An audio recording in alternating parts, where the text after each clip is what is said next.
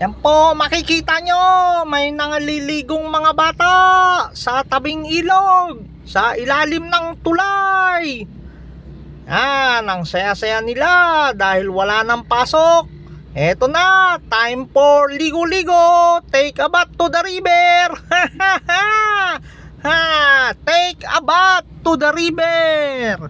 Mga young ones, mga young people that never ask